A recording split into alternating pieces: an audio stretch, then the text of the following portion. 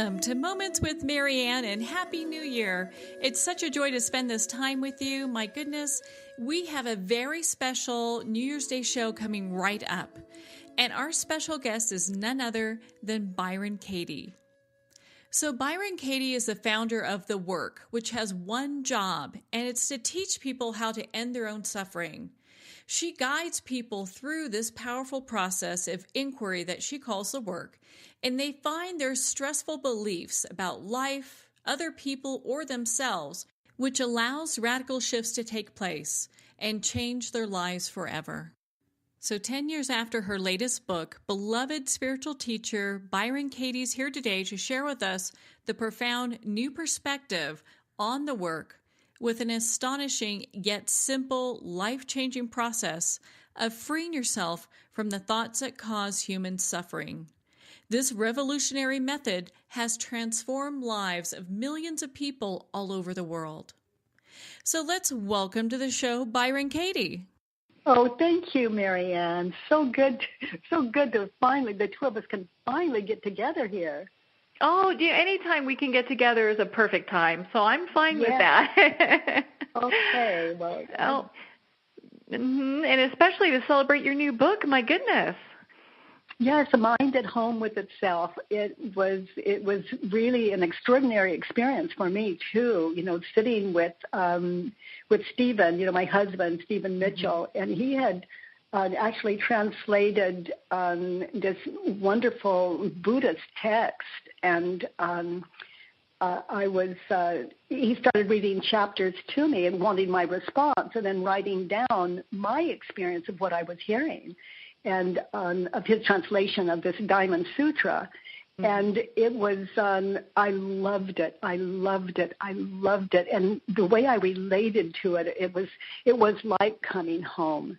And a mind at home in itself is an expression that I have used out of the state of gratitude that I so appreciate. And, like a gift. But when the mind is home with itself, there's no war. So as he was reading these chapters of the sutra to me and waiting for my response as he took notes and wrote down, word for word,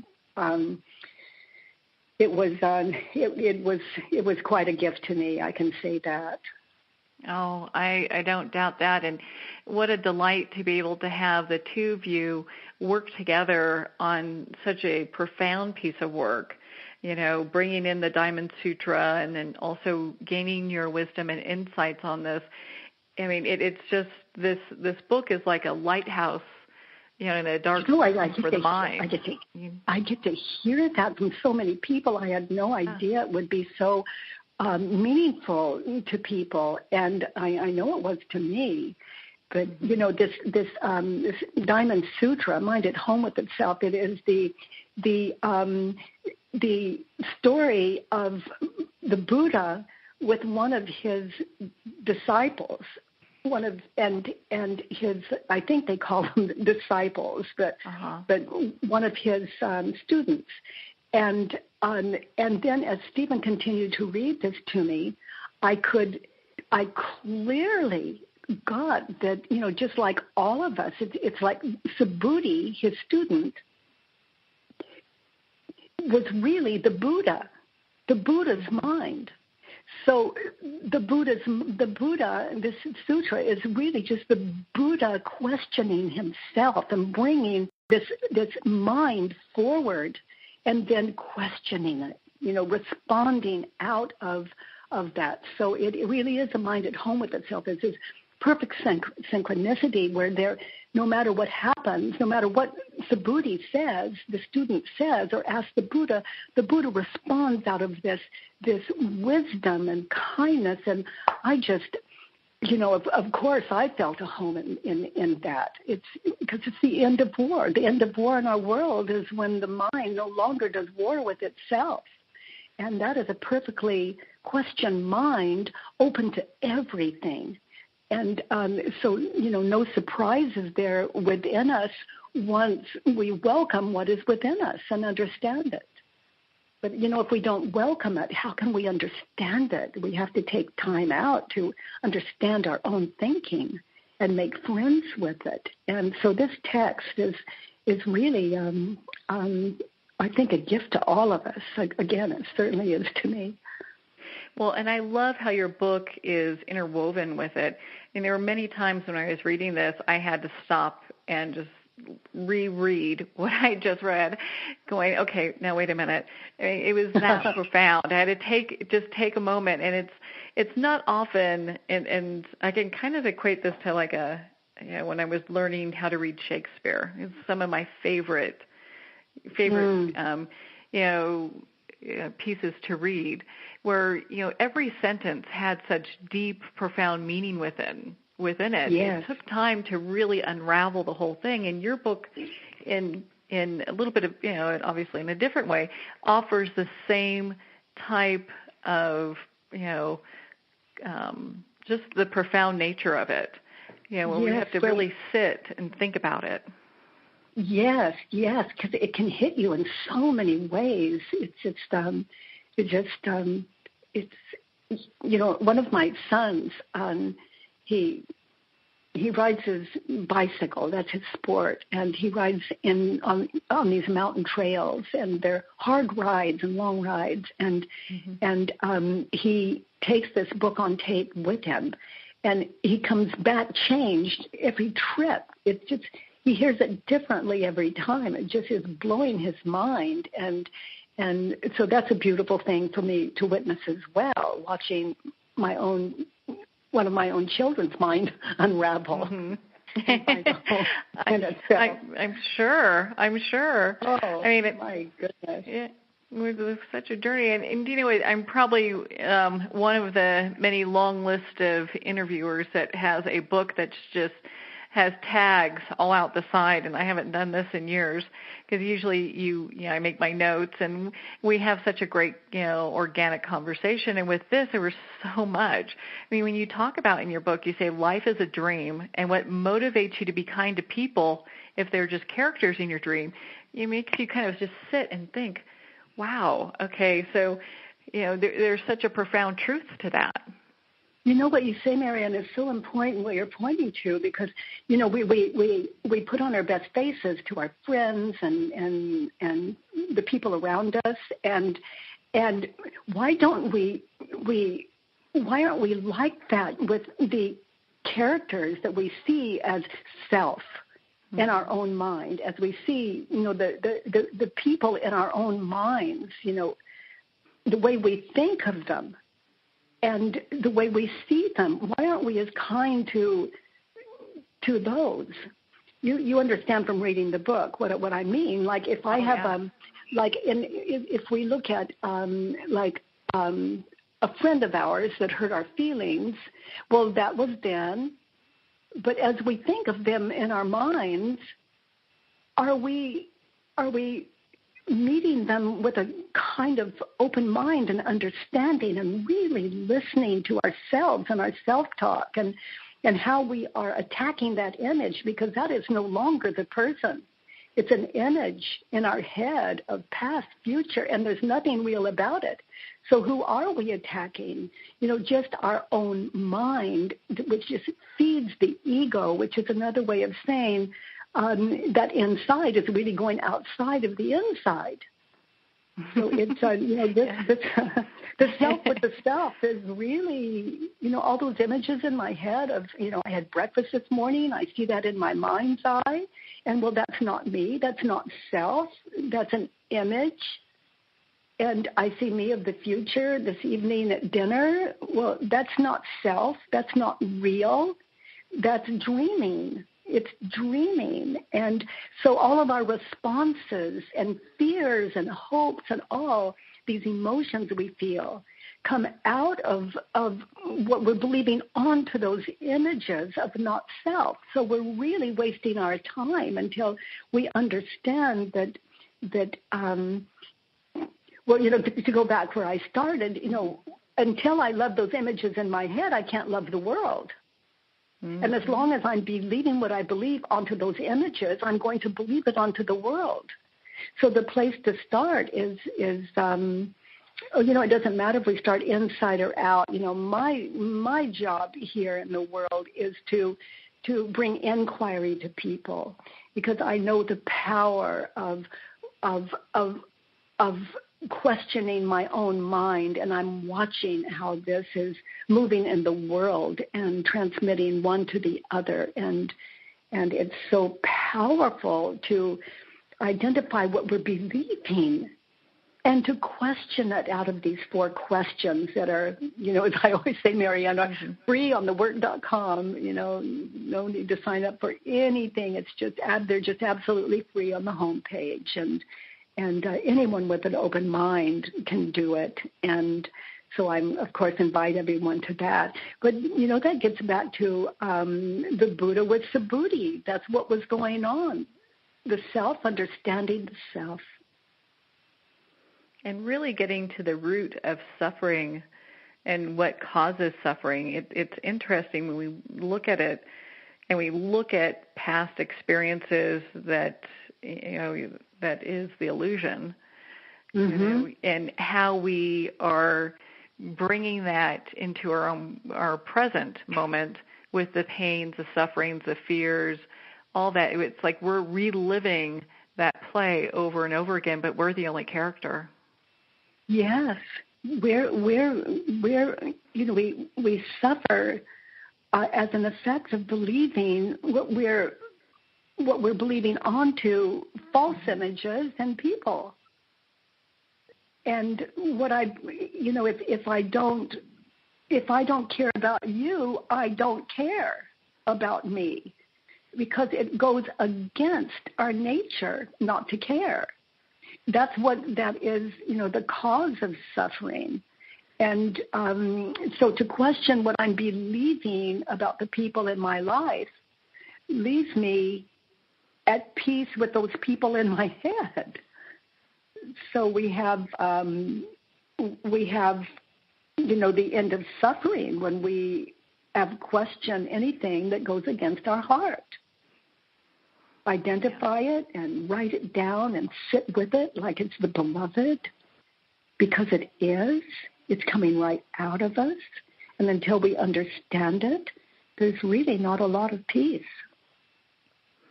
Well, and what I learned from your book is when we sit and we question, our mind does these questioning in regards to these, situations that are happening or whatever is the cause of our suffering, that's really the answer to what's going on. It's the answer to us being able to forgive it and let it go. Yes, so true. And it really is that simple. I mean, who would think it could be so simple? Mm-hmm. It's like everything unravels and we're just left in this state of forgiveness. And in the state of forgiveness, it's everything we say and do is helpful as opposed to the opposite. And we like ourselves when we are in that state of forgiveness. I see forgiveness as what I thought happened didn't happen, and that is the complete state of forgiveness. Let's say, for example, I'm a little child and I'm sitting at the table and I'm drawing with my pencil or Crayolas, and my mother walks in and says, "Byron Kathleen," and I'm traumatized. Mm-hmm. I'm just traumatized. And why am I traumatized? I've done something wrong. She doesn't care about me. She thinks I'm stupid. All of these things run through my head, and I'm believing them when all she said was, "What are you doing?" The entire trauma was what I believed onto that moment.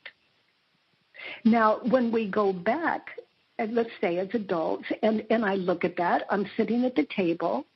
That's where the trauma happened, and it can be, just anything from mild irritation, these forgiveness that we're working on, to something traumatic. Even the trivial things are huge to us. But I go back and I see me sitting at the table. I'm drawing. She walks in and she says, "Byron Kathleen, what are you doing?" And I even had a story about the tone of her voice. But that was mine. I attached to this. So everything that I was thinking and believing, right down to what she meant and the tone of her voice, is what traumatized me.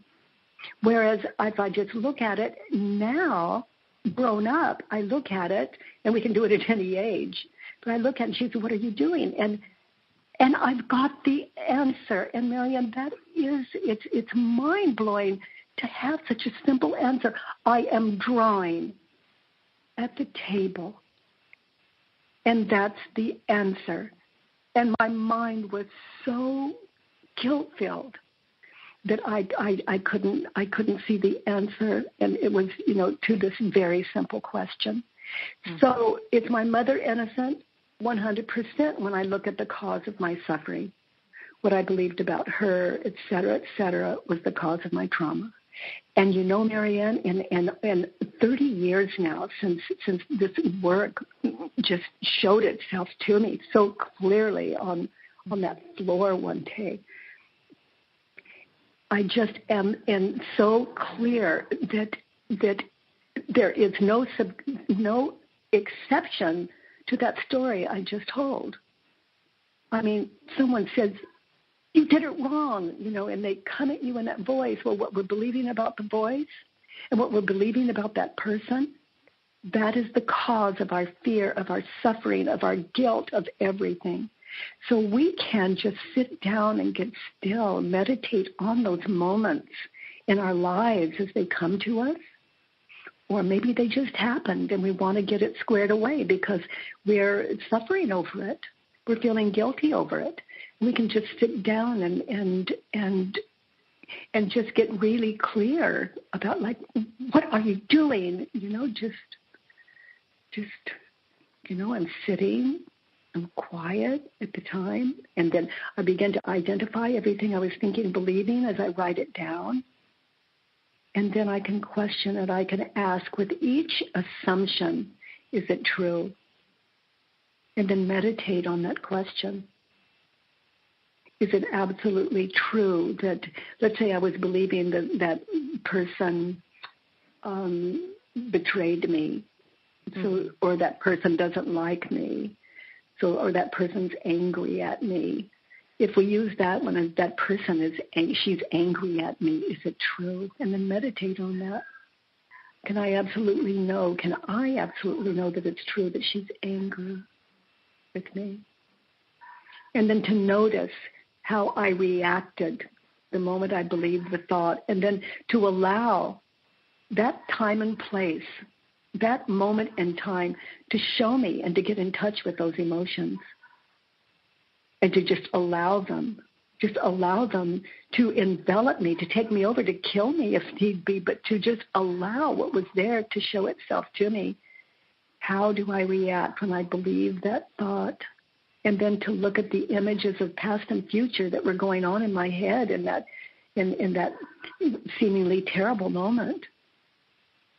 And then just to get still and just witness that moment in time again, who I would be without the thought, she's angry with me, or whatever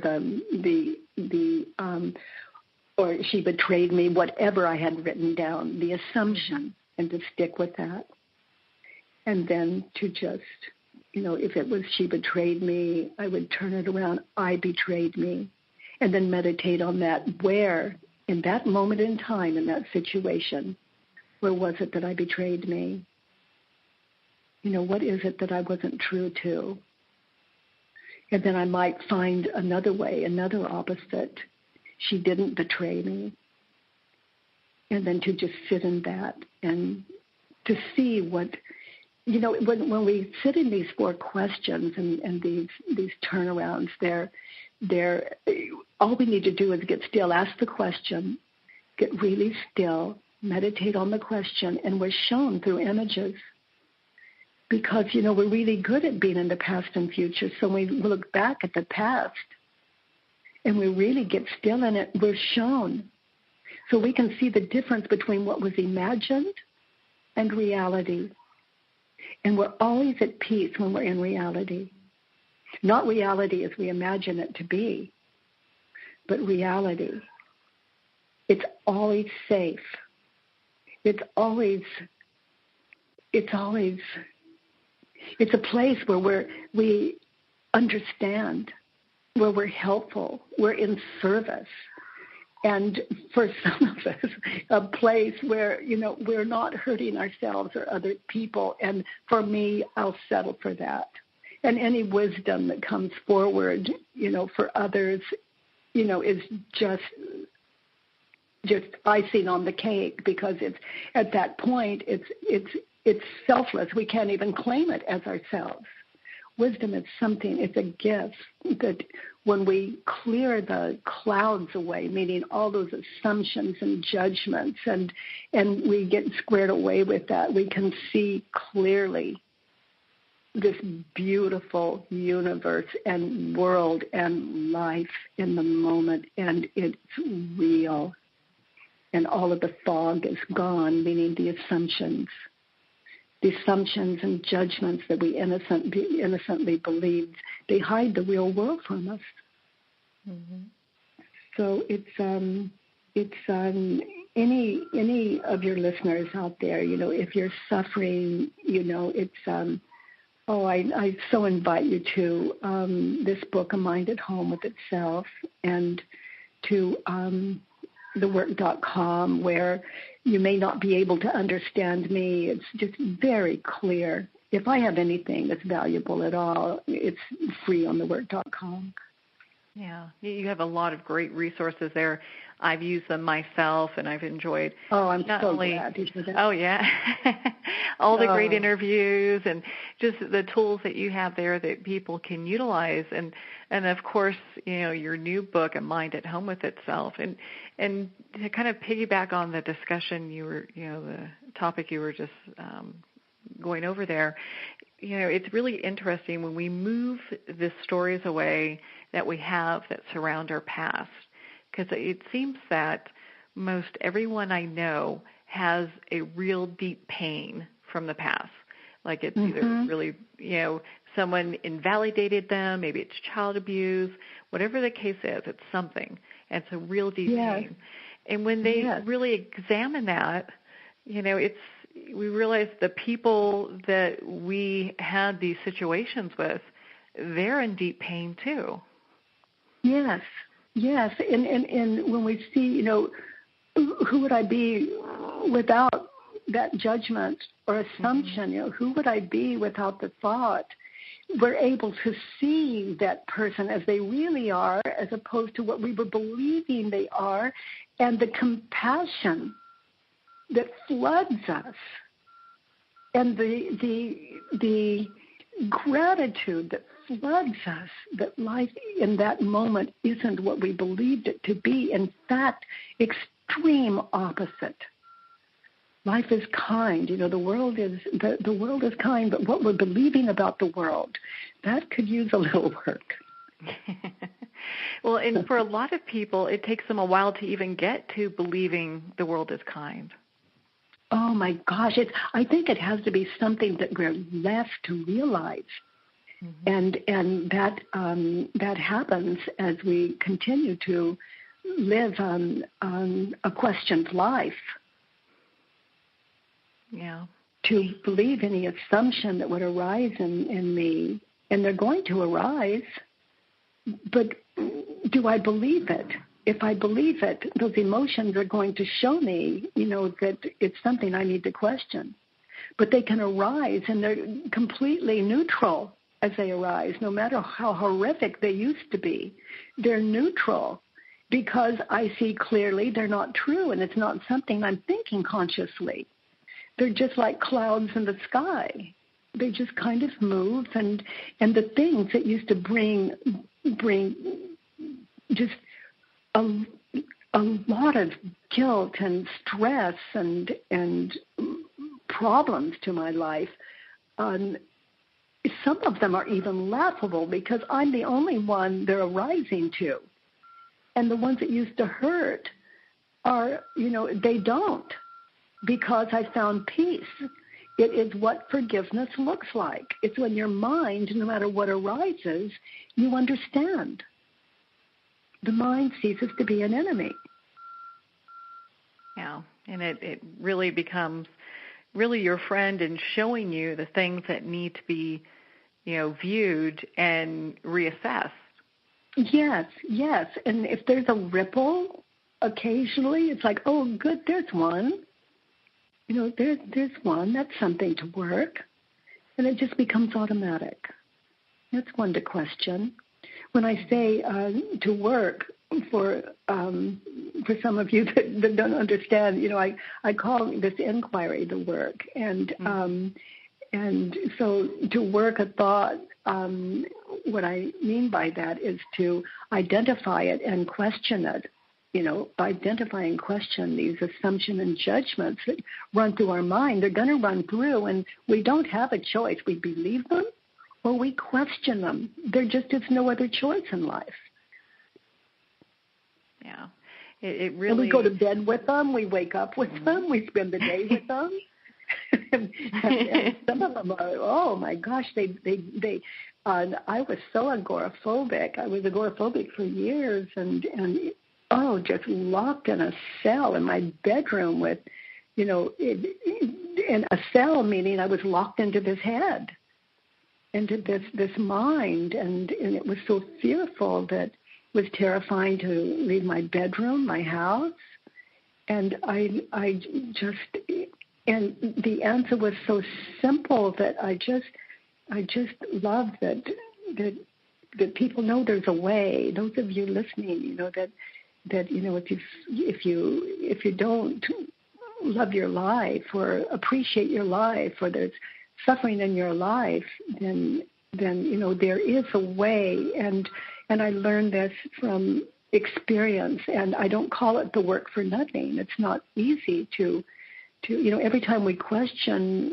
what we're believing, our identity shifts. It goes from who we believed ourselves to be to a kinder human being each time, a kinder, more understanding human being, more compassionate human being each time. Because, when we're suffering, I can say when I was suffering, I was not the kindest person in the world. Mm-hmm. I wasn't kind to me. I would say and do things toward my family that I was just racked with guilt, and I would think, how could I have said that? How could I have done that? And it was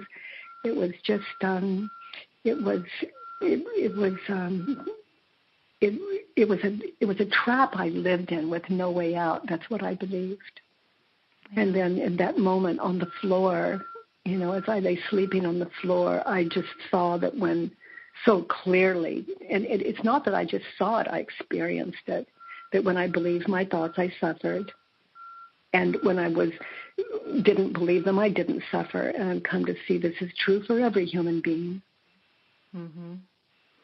Well, and I love how in your book, you just say it very, very, it's like a paragraph at one of the end of the chapters, and it says, the only important thing to know is this: if a thought hurts, question it. And that has stayed with me because it's such a simple truth. It's like, gosh, that is so true. So when we feel that pain, to be able to sit with it and try to discover what that's all about. Yeah, yes. And that Judge Your Neighbor worksheet, it's a way of identifying and then capturing, identifying and writing down the thoughts in our head. Mm-hmm. And it's a wonderful guide, and that's free on thework.com too. And you can just print it out and do it. And there's an app out there. I think it's $1.99. And whatever way I can get the work to people that were, suffering when there's another way to live. But you just, identify the thoughts and write them down. And that Judge Your Neighbor worksheet, it's a wonderful guide. It's to identify the thoughts in your head in those moments when you're feeling guilt or fear or anger less than beautiful, or anything less than balanced. And that's such a perfect place to be in that we really strive for. We don't really want to live in a world of illusion. No, because we can't. It's an illusion. So that's why we see it. That's what's meant by the dream world. Not living in reality. We're living in the world in our head, and that's not the real world. It's the real world as we believe it to be. So if we believe the world to be that way, it's what we see in the world, because we believe onto the world. That's what we experience. Yeah, it's just that projection that we are, what we're projecting onto other people, that story that we make up based on our programming. Yes. Yeah. That also on the work.com we have a free helpline, and if people download a Judge Your Neighbor worksheet and just follow the simple directions, it's all there, and just fill it in, then they can call the helpline, and they don't ask what your name is or where you're from or anything. We just support you. It's like riding a bicycle. We support you until you really have a flavor of how you can sit with yourself. No teacher, no one else. Just sit with yourself and understand how to question. Just alone with yourself, question what you believe in any situation or moment in time that caused you to say the things you said or do the things you do or feel the way you're feeling. Well, and what I appreciate about that, I have friends all over the world, and I know that they can download that in their language, which is having that worksheet in their language is a lot of times it's helpful, to be able to do that. It is, and we do. We have, I think, 32 different languages up there on that worksheet, and we have flags up there where people can click that flag. If you know, and your family doesn't speak English, you can just see if that flag's up there, and just click it, and there is what we can give you on the website in your language. And you know what I love, Marianne? The Internet is giving us, it translates into other languages now. And thank goodness. Yeah, thank goodness. Yeah, I happen to use that quite often, actually. Yeah. The world is we're not separated by language the way we used to be. It's just not necessary. Well, and what's interesting, I mean, they come up with so many new, there's technology is just really booming, and you hear about I think they have a new device that will translate immediately into your language so that you can hear what people are saying. And so with all these separations being dissolved in one way or another, it's so nice to also work on that within our minds. Absolutely. We're really privileged, with this Internet the way that it is. I hear so many complaints about the Internet, and life is a little of this, a little of that. But it's a wonderful thing to understand that the worst that can happen in our lives is what we're thinking and believing, and that there is a way to be free of that. In your book, Byron Katie, I know you talk about, how giving is receiving. And, for our listeners that are probably trying to understand a little bit more about what that all is, can you touch on that a little bit? Well, it would be if I give you something, in that moment, that's what I get. So if I expect something in return from you, then I don't get it. I missed it. the moment I give it, I receive that giving, my own generosity. And so the experience isn't split in two, it's one motion. And it expects nothing in return. It's not even a thought, because the joy is in the giving. But so many of us in the human race, we give something and we'll wait for a thank you or a smile even is too much, because that's not it. To give and expect nothing. And I have an exercise at the 9-day school for the work, an exercise that I introduce to people, and the assignment is every day to do 3 kind things for someone and not be discovered. And if anyone finds out or discovers this kind act, you have to start over.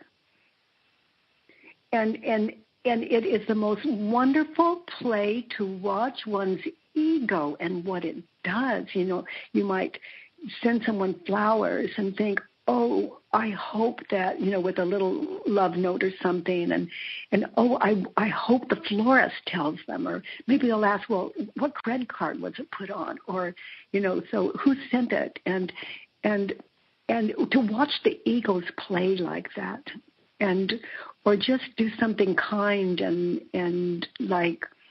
I know people, several actually, that when they're in a toll road, they always pay for the car behind them. Mm-hmm.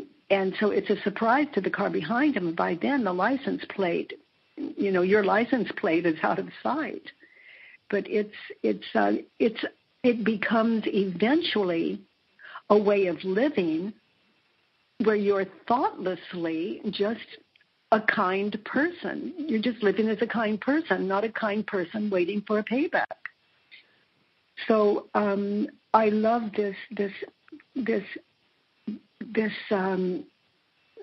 opportunity for all of us listening to this to appreciate in the giving our own true nature and generosity. It will just fill you with joy. It is the most amazing thing. But we're taught to, as children, to say, you know, when someone gives you something, say thank you. And that's a beautiful custom and tradition. And so it's no way to live, but we can, within this exercise, we can say thank you, understanding that that's not it. That's not what it's about, that it is just a custom, a tradition. But it's not. And then when someone gives me something, to receive that and give nothing back. In other words, to experience it. And then, as tradition would have it, you know, the thank you, etc., but it's aside from, it has nothing to do with receiving. So in that receiving, like if you give me something, Marianne, mm-hmm. and I receive it, then that is what I give back. But it's so powerful that it's not really something that can be told, but it is an exercise for people to start playing with. But just to imagine someone giving you something and just receiving it and just feeling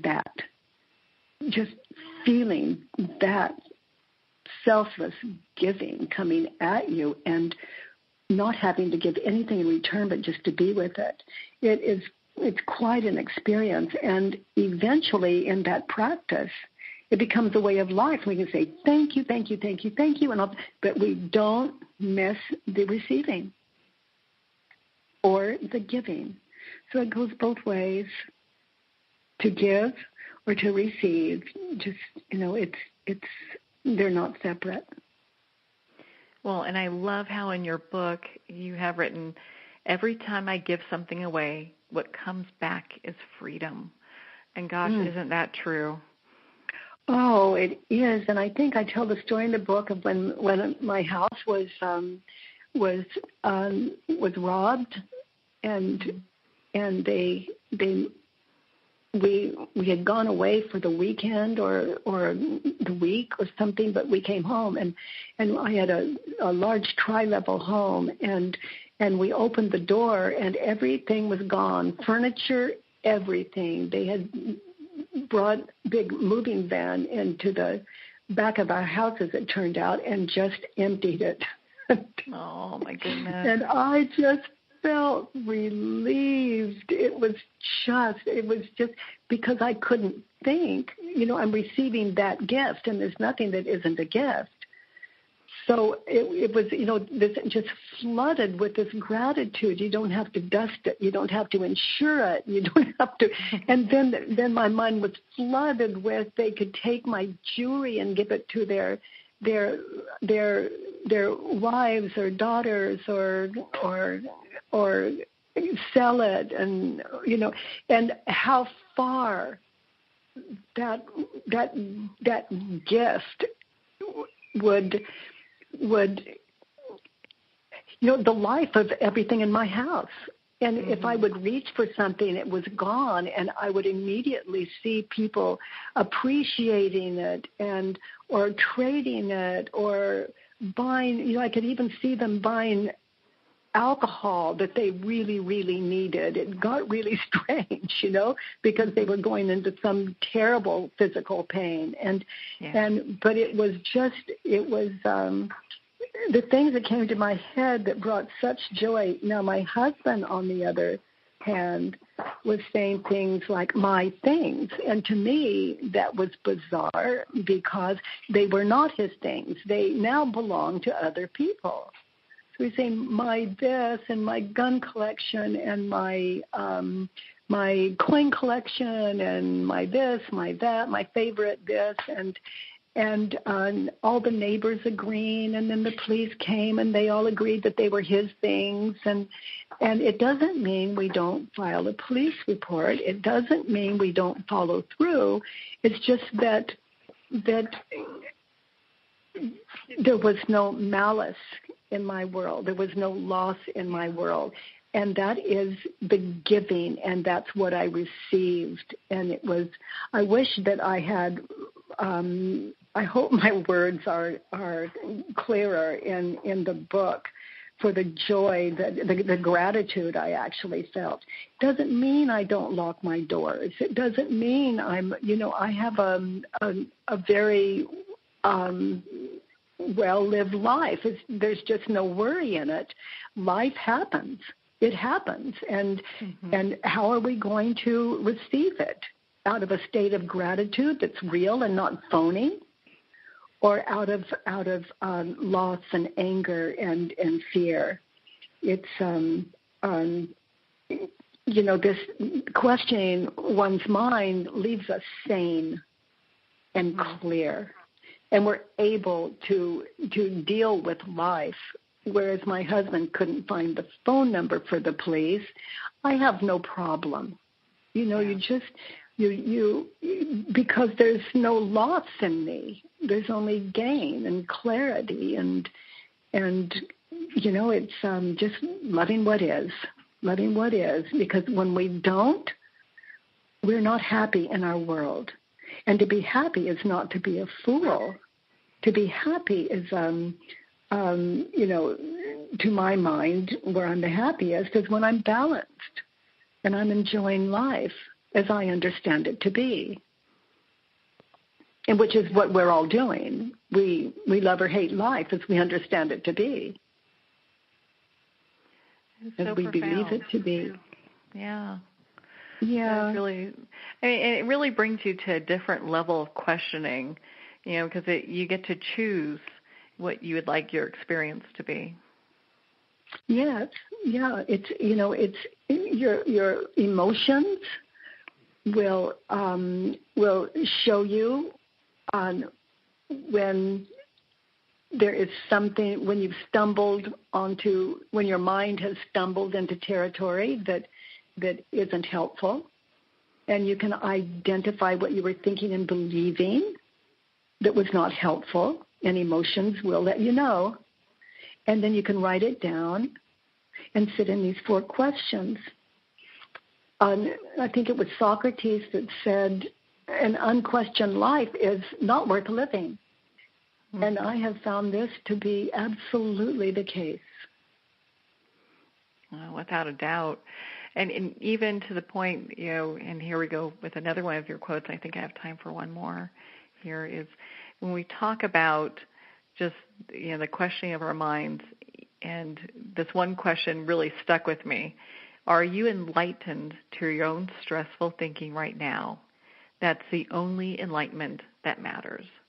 And it's interesting when we put it in that context, to be enlightened to our own stressful thinking just has you pause and go, where is this happening in my life? I need to really evaluate this.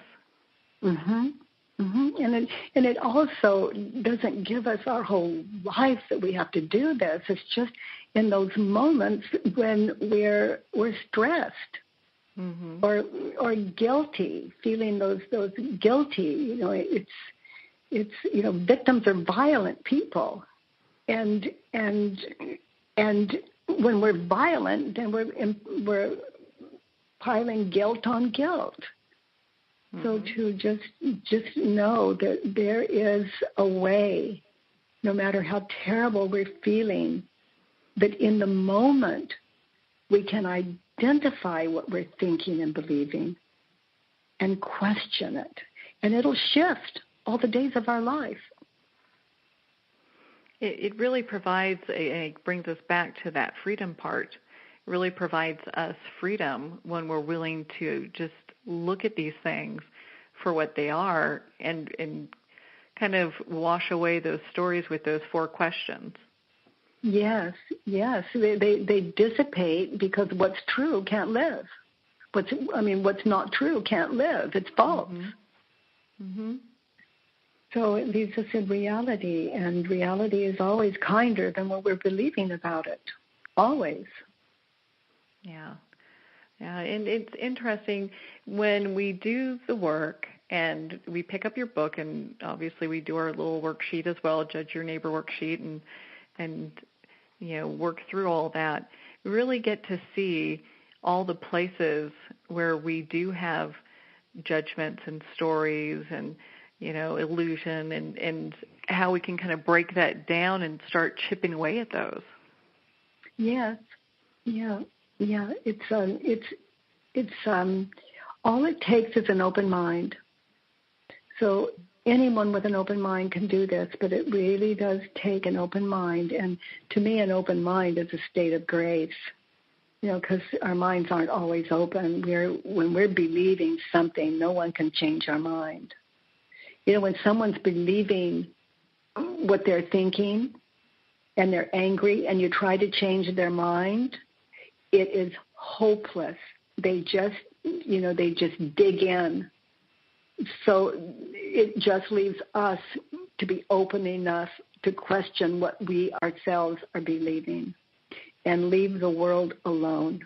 And the clearer we get, the kinder we get, and the kinder and freer the people in our lives become. Because there's one less victim in the world. There's one less person judging. And our families really appreciate that. Yeah, I'm sure. And our inner self appreciates it as well. Oh my goodness, yeah. Oh, when this work found me, my children just kept waiting for the wicked witch to come back, and it took them a while to trust that this authentic mother. Mm-hmm. Oh my gosh! And I was trying with all my might, and then I just began questioning my thoughts, and I got what I always wanted: a kinder way of life, a more understanding way of life, and solutions that were at my fingertips, because all that smog was gone. In other words, all the assumptions and judgments in my head about it were were gone. So of course you live out of a life of a wiser life, more trustworthy life. And it's so freeing to be able to live in that space. And I could, and it's interesting. We might be there sometimes, but the goal is to try to get there all the time, And in that quote from the book you said earlier, just now, just now, we can just, when we're upset, we can just settle for just now. It's like speaking loosely, I don't care about the past or the future. Just give me some freedom now, and just free enough to breathe just now. And when things are really piling up for people, we can have it now. We don't have to wait for people to change, or our incomes to change, or our health to change, or other people in our world to change. It's within us. What we're believing about people in the world is the cause of our suffering. So it really is up to each of us individual to give us what we came for, to this thing I call Earth School. Well, thank goodness we have teachers like you to help us on our path, because I really feel that you're one of the great luminaries of our time to help people, get beyond the things that keep us kind of, and stuck is not really the right word, but just kind of keep us where we're not really meant to be. Yeah, when we're uncomfortable or angry or stressed out in any way, that's when we're not okay with ourselves. We feel that. It's not what we want, and there is another way. There is another way, and it really truly is, like all the great teachers have said, it really is inside of us. It's what we're thinking and believing, and that can be questioned rather than anesthetized away with chocolate cake. You know what? I would agree with you. Oh, there's got to be another way. Yay, there is. Well, Byron Katie, and I know we've given out your websites, thework.com, and people can visit that, and there's tons of resources there, and they can learn about all the great things that you're doing. And, of course, your book, A Mind at Home with Itself. Thank you so much, just for taking the time to be with us and to share your wisdom and insight with us. We so greatly appreciate it. Oh, it is such a pleasure, and I'm so grateful, Marianne. Thank you for all the good you pass on to the world. I'm so grateful. Oh, thank you, Byron Katie. I could not imagine a better way to ring in the new year. So thank you for sharing not only your book, A Mind at Home with Itself, but your wisdom and insights in regards to the work and all the great works that you're doing. I'd like to thank everyone for tuning in and spending your New Year's Day with us. I hope this new year brings you much prosperity, health, and happiness. Well, you've been listening to Moments with Marianne. And remember, make every moment count.